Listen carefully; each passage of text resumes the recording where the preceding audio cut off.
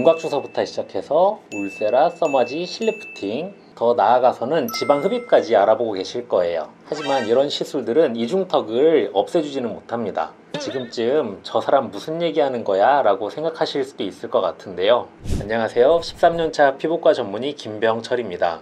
이 영상을 보시는 분들은 이중턱 때문에 고민이 많으셔서 이중턱을 없애려고 운동도 해보고 경락 마사지나 우리 집에서 괄사하는 것처럼 노력들을 많이 해보셨을 것 같습니다. 그런데 다른 사람들은 다 이중턱이 별로 없는데 나는 왜 안 없어지지? 라고 생각을 하셨을 것 같아요. 이중턱이 생기는 근본적인 원인은 개인에 따라서 조금씩 차이가 날 수 있기 때문에 개인의 상태에 맞는 적합한 치료를 하는 것이 굉장히 중요합니다. 오늘은 지방 흡입을 하지 않고도 이중턱을 개선시킬 수 있는 치료 방법에 대해서 말씀을 드리겠습니다. 원장님, 여기는 다이어트 해도 절대 안 빠지던데 이중턱은 왜 생기나요? 이중턱이 생기는 원인은 사실 여러 가지가 있습니다. 이중턱이 심해지는 이유는 체중 증가나 바르지 못한 자세 때문에 생길 수도 있습니다. 특히 이제 이중턱 부분에 피하 지방층이 살이 찌면 점점 많아지기 때문에 이중턱이 늘어지게 되고요.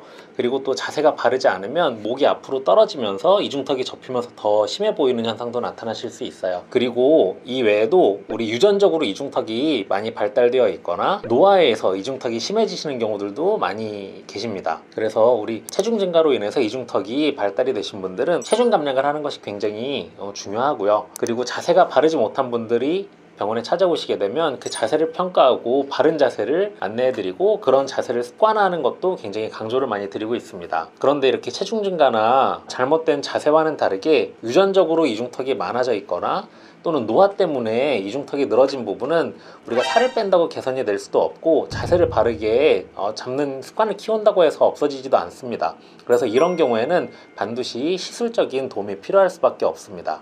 원장님, 집에서 할 수 있는 이중턱 없애는 방법은 없나요? 우선 체중 증가 때문에 이중턱이 심해진 경우는 대표적으로 저를 들 수 있을 것 같은데요.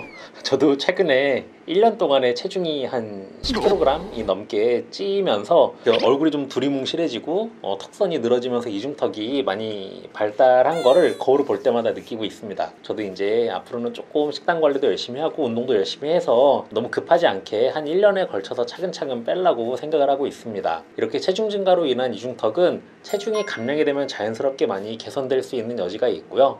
그리고 우리 자세가 바르지 못한 분들, 특히 이렇게 허리가 구부정하게 앉아있고 턱이 밑으로 이렇게 떨어져서 앉아서 핸드폰 바라보는 이런 습관들, 이런 자세들을 가지고 계신 분들은 이중턱이 접히면서 더 심해 보이실 수밖에 없습니다. 그래서 항상 바른 자세, 특히 허리를 펴고 우리 흉추를 조금 더 하늘 천장 쪽으로 살짝 들고 있는 척추의 중립 자세를 유지하면서 내 눈높이에 맞게 모니터를 좀 높여서 항상 좀 정면을 바라볼 수 있는 바른 자세를 유지할 수 있게 안내를 해드리고 있습니다.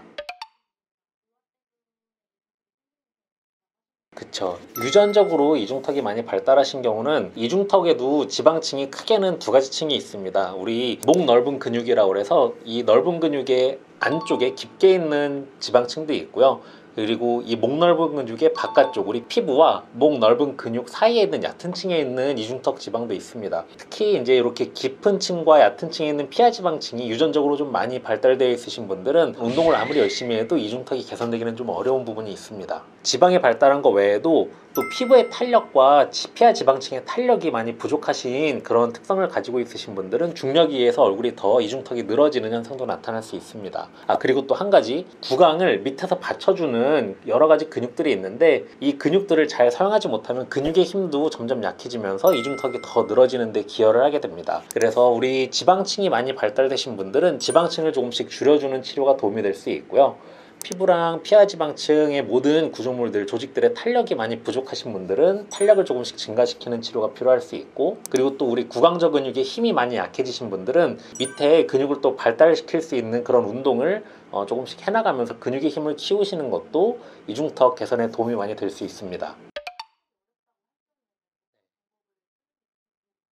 지방층이 좀 두껍게 발달되신 분들은 흔히 윤곽주사라는 치료랑 울세라나 슈링크 같은 우리 초음파 치료, 그리고 인모드 같은 고주파 치료, 이런 것들을 좀 고려를 하고 계실 것 같습니다. 이런 치료들 모두 피부 밑에 있는 이중턱의 지방층의 양을 좀 줄이고 탄력을 조금씩 개선시키는 치료로서 이중턱 개선에 도움이 어느 정도 될 수 있습니다. 그리고 이제 피부랑 피하 지방층의 탄력이 많이 떨어지신 분들, 이런 분들한테도 이제 저희가 추천드리는 치료는 우리 울세라 같은 초음파 초음파 치료, 그리고 써마지 같은 고주파 치료, 그리고 최근에는 저희 체외 충격파 시술이라고 해서 얼굴의 전반적인 리프팅을 유도하고 림프 순환을 촉진시켜서 즉각적으로 얼굴을 갸름하게 만들어주는, 그리고 늘어진 이중턱을 개선시켜주는 그런 치료들도 많이 도움이 될 수 있습니다. 그리고 밑에 구강 저근육의 힘이 약해지면서 이중턱이 좀 늘어져 보이시는 이런 경우에는 집에서 뮤잉이라는 운동을 통해서 구강 저근육의 힘을 키워주시는 것들이 이중턱을 개선시키는 데 도움이 될 수 있습니다. 하는 방법은 혀를 입천장에 전체적으로 대고 강하게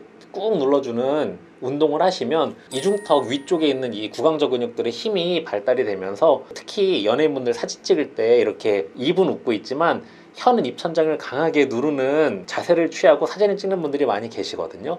즉각적으로 이중턱이 개선이 되는 효과도 나타날 수 있습니다. 방금 말씀드린 것처럼 이중턱이 늘어지는 다양한 원인들에 맞는 적합한 치료들이 필요한데, 사실 이런 원인이 하나만 있는 경우는 별로 없는 것 같아요. 이중턱이 많으신 분들은 우리 체중이 많이 증가되어 있거나 아니면 유전적인 이런 특징들이 같이 역할을 하면서 이중턱이 많아지게 되는데, 이런 여러 가지 원인들을 좀 근본적으로 해결해 드리는데 전반적으로 도움이 될 수 있는 치료가 초음파 윤곽술이라고 생각을 합니다. 초음파 윤곽술이라는 치료는 우리 늘어져 있는 이 볼이라든지 이중턱 쪽의 지방층에 생리식염수를 많이 넣어서 초음파가 일을 할 수 있는 환경을 일단을 만들어 놓고, 초음파관이 직접 늘어져 있는 지방층에 들어가서 지방을 부드럽게 액화시키는 그런 치료라고 이해하시면 됩니다. 이미 지방층이 두꺼운 분들의 지방층의 양도 줄이고, 이 무게감 때문에 볼이라든지 이중턱이 더 처지기 때문에 그런 무게도 조금씩 줄여나가면서, 이 지방층이 사실 여러 겹이 같이 늘어지다 보니까 저항이 꽤 세서 위쪽에 얼굴이 처져 내려가는 원인들이 개선이 됐을 때 리프팅이 효과적으로 일어나지 않는 경우가 많은데, 이 저항을 풀어놓으면 우리 중안면의 볼륨이라든지 중안면 근육, 그리고 탄력이 점점 증가가 되면서 얼굴이 훨씬 더 쉽게 리프팅이 될 수 있는 환경을 만들어 드리기 위한 목적을 가지고 해드리는 치료라고 보시면 됩니다. 원장님이 말씀해주신 그 시술이 뭔가 제가 이중턱 고민이 있을 때 많이 들어본 시술은 아닌 것 같은데, 네네. 일반적이지 않은 시술인데 받아도 괜찮은 게 맞나요? 이게 아마 많은 병원에서 흔하게 받을 수 있는 치료는 아니라고 생각을 합니다. 왜 그러냐면 이 피하 지방층을 정확하게 치료하기 위해서는 굉장히 이런 지방을 잘 다룰 수 있는 섬세한 손과 그리고 많은 치료 경험, 노하우가 많이 필요한데, 우리가 장비를 이용해서 치료를 하는 것과는 다르게 직접 관을 넣어서 지방층을 액화시키는 작업이다 보니까 많은 병원에서 이 치료를 쉽게 시행하기는 좀 어렵지 않나 싶습니다. 그럼에도 원장님이 이 시술을 선택하신 이유는 혹시 뭔지? 제가 이제 초음파 윤곽술이라는 치료를 모든 분들께 권장을 드리지는 않습니다. 꼬집어 봤을 때 이렇게 지방층이 좀 더 두껍게 잡히고 실제로 육안적으로 지방의 양이 꽤 많이 발달되신 분들에 한해서만 제가 이 치료를 권장을 해드리고 있는데요. 이렇게 이제 지방이 좀 너무 많이 발달되신 분들은 보통 지방 흡입을 고려하시는 경우가 많이 계신 것 같습니다. 그런데 지방 흡입이라는 거는 관을 넣어서 지방을 이렇게 뜯어내는 방식의 치료이기 때문에 아무리 꼼꼼하게 치료를 한다고 해도 너무 많이 흡입이 되는 부분이 있으면 얼굴이 좀 패이는 현상이 나타날 수도 있고, 또 고르게 흡입이 되지 않으면 피부가 좀 울퉁불퉁해져 보이는 현상이 나타날 수도 있습니다. 초음파를 이용해서 지방층을 부드럽게 액화시키는 작업은 빠지는 부분이 없이 지방층의 정확한 층을 균일하게 액화시킬 수 있기 때문에 피부가 울퉁불퉁해지거나 어느 특정 부분이 파이거나 하는 부작용이 거의 나타나는 경우가 없다라고 보시면 될 것 같습니다.